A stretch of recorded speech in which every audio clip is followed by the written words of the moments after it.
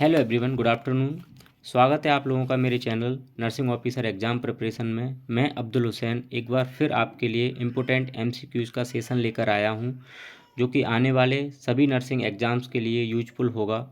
तो स्टार्ट करते हैं पहले क्वेश्चन के साथ, जो कि है question number 1। Finger clubbing is found in.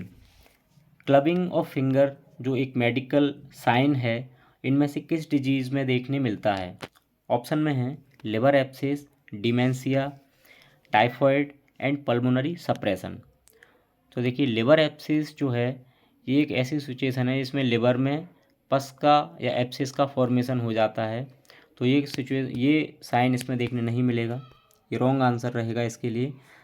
अगला ऑप्शन है डिमेंशिया। डिमेंशिया एक डिजनरेटिव न्यूरोलॉजिकल डिसऑर्डर जिसको हम बोल सकते हैं, ये ओल्ड एज में हमें देखने मिलता है। तो ये भी रॉन्ग आंसर रहेगा।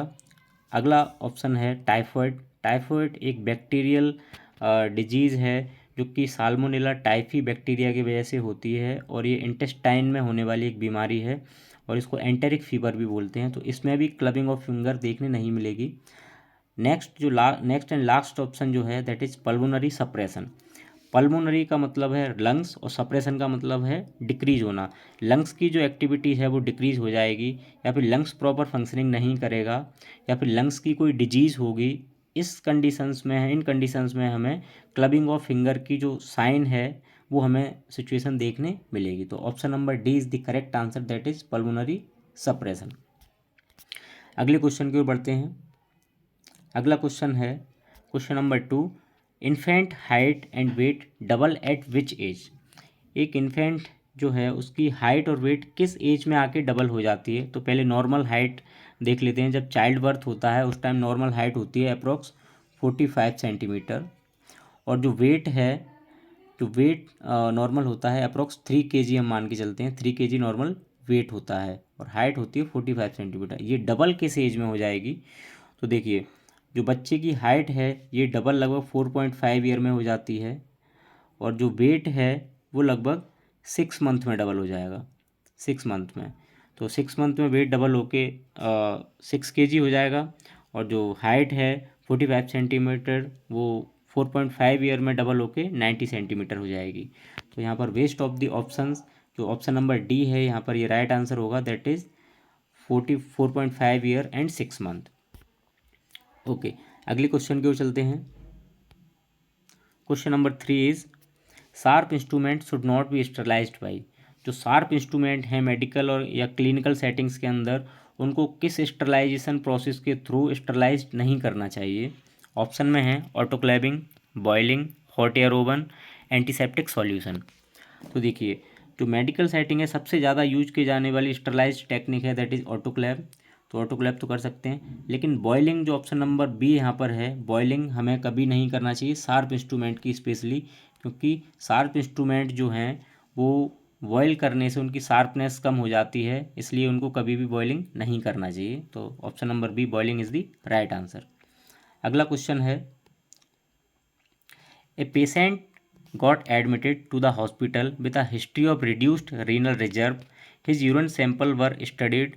Which of the following is an important index of renal disease? एक पेशेंट एडमिट है हॉस्पिटल में रिड्यूस रीनल रिजर्व को लेके हिस्ट्री के साथ, और उसका यूरिन सैंपल लिया गया है।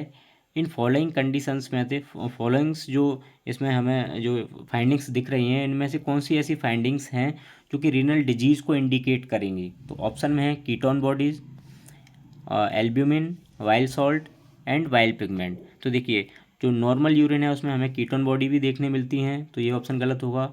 वाइल्ड सॉल्ट भी देखने मिलता है, ये ऑप्शन गलत होगा। एंड वाइल्ड पिगमेंट भी देखने मिल सकता है, ये ऑप्शन भी गलत होगा। तो albumin is the right answer. Albumin एक प्रोटीन है, एक सीरम प्रोटीन जिसको हम बोल सकते हैं, और सबसे ज़्यादा पाई जाने वाली प्रोटीन होती है ब्लड के अंदर। तो ये प्रोटीन जो मैसेंजियल या फिर जो टप कैपिलरीज हैं ग्लोमेरुलस के अंदर, वहाँ से फ़िल्टर नहीं हो पाती क्योंकि इसका साइज़ बड़ा होता है। तो जनरली एल्ब्यूमिन यूरिन में हमें देखने नहीं मिलेगा। अगर एल्ब्यूमिन हमें देखने मिलता है ऐसी सिचुएशन में, ये एक किसी रीनल कंडीशन को इंडिकेट करती है जो कि नेफ्रोटिक सिंड्रोम या अदर रीनल डिजीज़ हो सकती हैं। तो option number B, albumin is the right answer. Question number 5 is which of the following test is use to detect albumin in the urine. Urine में एल्ब्यूमिन को detect करने के लिए कौन सा टेस्ट इनमें से किया जाएगा। तो टेस्ट के नाम देख लेते हैं। यहाँ पर 4 टेस्ट दिए गए हैं, that is Rothera's test, Fouchet test, Hay's test, heat and acetic acid test. तो देखिए रोथेरा जो टेस्ट है ये एसिटो एसिड को डिटेक्ट करने के लिए किया जाता है यूरिन के अंदर। अगला जो फॉचेट टेस्ट है ये टेस्ट वाइल और बिलिरुबिन को यूरिन के अंदर डिटेक्ट करने के लिए किया जाता है, तो ये भी गलत ऑप्शन होगा। नेक्स्ट है हेज टेस्ट। हेज टेस्ट जॉइंटिस में किया जाता है वाइल सॉल्ट को यूरिन के अंदर डिटेक्ट करने के लिए, तो ये भी रॉन्ग आंसर होगा। Then option number D heat and acetic acid, ये जो टेस्ट है ये एल्ब्यूमिन को डिटेक्ट करने के लिए यूरिन के अंदर किया जाता है, तो this is the correct answer, that is option number D. अगले क्वेश्चन की ओर बढ़ते हैं। A 3-year-old boy admitted to the emergency department after a fall the fracture his arm. What would be the type of assessment that the nurse will quickly? एक 3 साल का बच्चा है, इमरजेंसी वार्ड में एडमिटेड किया गया है उसको, तो जो नर्स है सबसे पहले कौन सा असेसमेंट कंडक्ट करेगी बच्चे के लिए। तो ऑप्शन में है comprehensive assessment, problem focused assessment, ongoing assessment या फिर आइडेंटिफिकेशन ऑफ क्लाइंट्स स्ट्रेंथ। तो देखिए वेस्ट ऑफ द ऑप्शन यहाँ पर option number B correct answer होगा, क्योंकि एक इमरजेंसी सिचुएशन में एक बॉय चाइल्ड है और उसको उसकी प्रॉब्लम को फोकस्ड करते हुए असेसमेंट करना सबसे प्रायोरिटी यहाँ पर होगी, तो option number B is the correct answer for this question. अगले क्वेश्चन की ओर बढ़ते हैं। Question number 7, which of the following is to be kept in mind while caring for a geriatric client with a respiratory disease. एक old age patient है, geriatric client है, उसकी care कर रही है नर्स और उसको रेस्पिरेटरी डिजीज़ है, उसको ध्यान में रखते हुए उसको कौन सी ऐसी थिंग्स है जिसको नोटिस करना चाहिए। तो ऑप्शन में है reduced antero posterior diameter, increased cough force, next increase response to hypoxemia and reduced response to hypercapnia. तो देखिए अगर किसी ओल्ड एज पर्सन को क्लाइंट को रेस्पिरेटरी डिजीज़ है तो उसमें रिड्यूस्ड एंटीरियर पोस्टर डायमीटर होना एक नॉर्मल थिंग्स है, तो ये ऑप्शन यहाँ पर गलत होगा। इंक्रीज्ड कफ फोर्स बिल्कुल हो सकता है, कफ फोर्स इंक्रीज हो सकता है जीरियाटिक पेशेंट में। Next increase response to hypoxemia. देखिए जब हाइपोक्सीमिया अगर है पेशेंट को और उसका रिस्पॉन्स उसके लिए इंक्रीज हो रहा है तो दैट इज़ नॉर्मल थिंग, ये चीज़ भी हो सकती है। बट रिड्यूस्ड रिस्पॉन्स टू हाइपरकैप्निया, हाइपरकैप्निया के लिए उस पेशेंट का जो रिस्पॉन्स है वो कम होना या ना होना, that condition can be serious, ये कंडीशन सीरियस हो सकती है। तो हाइपरकैप्निया इज़ द राइट आंसर। हाइपरकैप्निया के लिए रिड्यूस रिस्पॉन्स होना ये एक सीरियस सिचुएशन है। और हाइपरकैप्निया का मैं आपको मतलब बता दूं, हाइपरकैप्निया का मतलब होता है कि जो ब्लड है उसमें कार्बन डाइऑक्साइड का लेवल बढ़ जाना, मींस जो PCO2 है जो कि 35 to 45 mm ऑफ Hg होता है नॉर्मली, तो 45 mm ऑफ Hg से ज़्यादा जब PCO2 होगा या CO2 का लेवल ब्लड में ज़्यादा बढ़ा हुआ होगा तो ऐसी सिचुएशन को हम हाइपरकैप्निया कहते हैं। और हाइपरकैप्निया जैसी सिचुएशन को अगर कोई जीरियाटिक पेशेंट रिस्पॉन्ड नहीं कर रहा है then that will be serious condition. Okay, अगले क्वेश्चन की ओर बढ़ते हैं, that is question number 8, which of the following can be suggestive in a newborn with scaphoid abdomen and respiratory distress। इनमें से कौन सी सिचुएशन, कौन सी ऐसी डिजीज़ या कंडीशन है जो कि बेबी में scaphoid abdomen and respiratory distress को इंडिकेट करती है। तो ऑप्शन में है option number 1 tracheoesophageal fistula, diaphragmatic hernia, abdominal wall defect and cleft palate. तो देखिए फर्स्ट जो ऑप्शन है दैट इज़ ट्रैकियोइसोफेजियल फिस्टुला का मतलब ये हुआ कि जो ट्रैकिया और ईसोफेगस है जो कि दोनों एक दूसरे से जस्ट लगे चिपके हुए होते हैं, आगे ट्रैकिया होता है पीछे स्टमक होता है, ईसोफेगस होता है जो कि स्टमक से अटैच रहता है, इन दोनों में एबनॉर्मली कनेक्शन जो हो जाएगा उस सिचुएशन को हम ट्रैकियो ईसोफेजियल फिस्टुला बोलेंगे। तो इस सिचुएशन में जो scaphoid abdomen and respiratory distress की सिचुएशन हमें देखने नहीं मिलेगी, तो ये रॉन्ग आंसर होगा। डायफ्रामेटिक हर्निया, देखिए डायफ्रामेटिक हर्निया क्या है, एक बर्थ डिफेक्ट है जिसमें कि बच्चे के डायफ्राम में होल बाई बर्थ होता है, होल, जिसकी वजह से बच्चे को रेस्पिरेटरी डिस्ट्रेस होने के सबसे ज़्यादा चांसेस रहते हैं। तो ये यहाँ पर राइट आंसर बन जाएगा, that is option number B. अगला है एब्डोमिनल वॉल डिफेक्ट। एब्डोमिनल की बॉल में डिफेक्ट होने की वजह से ऐसी कोई सिचुएशन देखने नहीं मिलेगी। क्लेफ्ट पैलेट की वजह से भी ऐसी कोई सिचुएशन देखने नहीं मिलेगी। तो option number B is the right answer, that is diaphragmatic hernia. अगला क्वेश्चन है, which of the following is true about features of quasi experimental research design. Quasi experimental research design के लिए कौन सा फीचर इनमें से ट्रू है?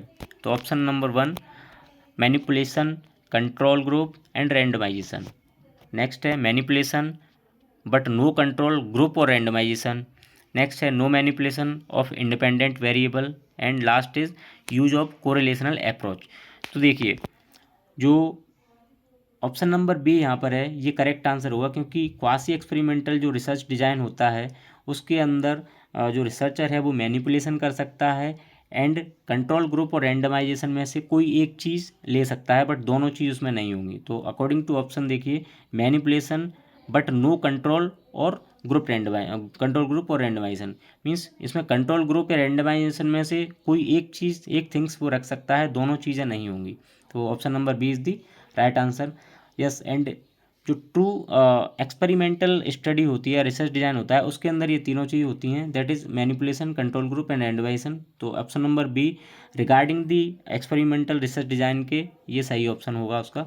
लेकिन यहाँ पर क्वासी एक्सपेरिमेंटल स्टडी या रिसर्च डिजाइन पूछा है, तो ऑप्शन नंबर बी यहाँ पर राइट आंसर होगा। अगले क्वेश्चन की ओर बढ़ते हैं। Question number 10, success of organization is depending upon the performance of.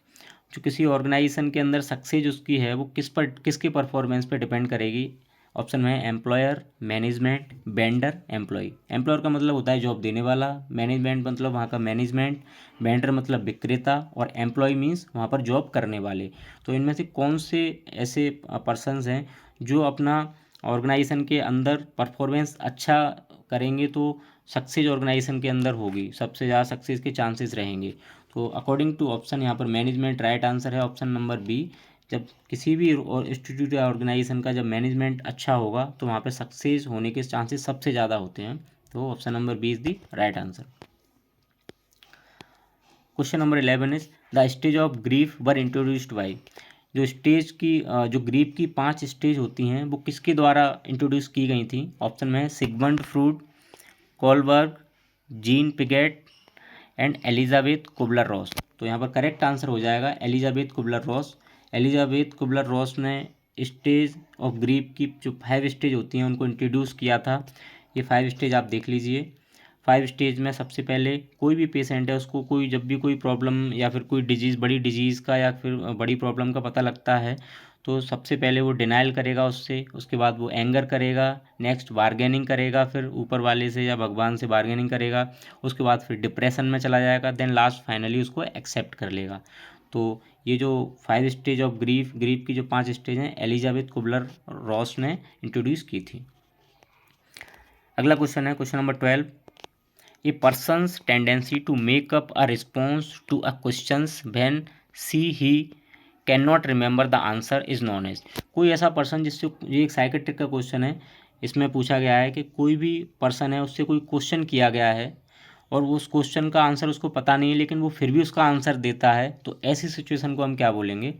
तो देखिए, एग्नोसिया बोलेंगे इसको, मेमोरी लॉस बोलेंगे, कन्फाबुलेशन बोलेंगे या फिर एफेजिया बोलेंगे।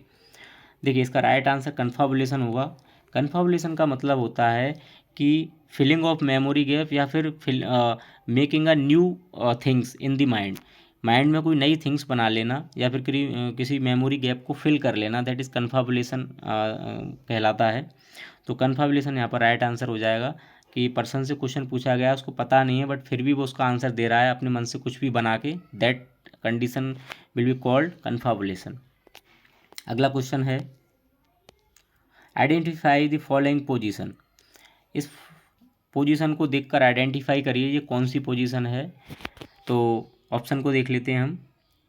देखिए, फर्स्ट इज रोज पोजीशन है, या फिर ये लिथोटोमी पोजीशन है, या जैकनाइफ पोजीशन है, या वाल्चर्स पोजीशन है। ये चारों ही एक पोजीशंस हैं जो कि हम फंडामेंटल के अंदर पढ़ते हैं, और इन चारों का ही अपना अपना एक इम्पोर्टेंस होता है। जैसे कि रोज पोजीशन जो है सुपाइन पोजीशन की तरह होती है, जस्ट गर्दन के नीचे पिलो लगा दिया जाता है, और ये टॉन्सिलेक्टोमी में यूज की जाती है रोज पोजीशन। तो ये यहाँ पर गलत आंसर होगा, रोज पोजीशन ये नहीं है। अगला है लिथोटॉमी पोजीशन। लिथोटॉमी पोजीशन में जो लेग हैं वो एलिवेटेड होते हैं, एक्सटेंडेड होते हैं, एलिवेटेड होते हैं, तो ये भी रॉन्ग आंसर है। ये गायनेकोलॉजिकल एग्जामिनेशन में लिथोटॉमी पोजीशन दी जाती है। Next jack knife position. Jack knife position surgery, जो रेक्टल की सर्जरी की जाएंगी या रेक्टल इन्वेस्टिगेशंस की जाती है उनमें यूज की जाती हैं, तो जैक नाइफ पोजीशन भी यहाँ पर रॉन्ग आंसर होगा।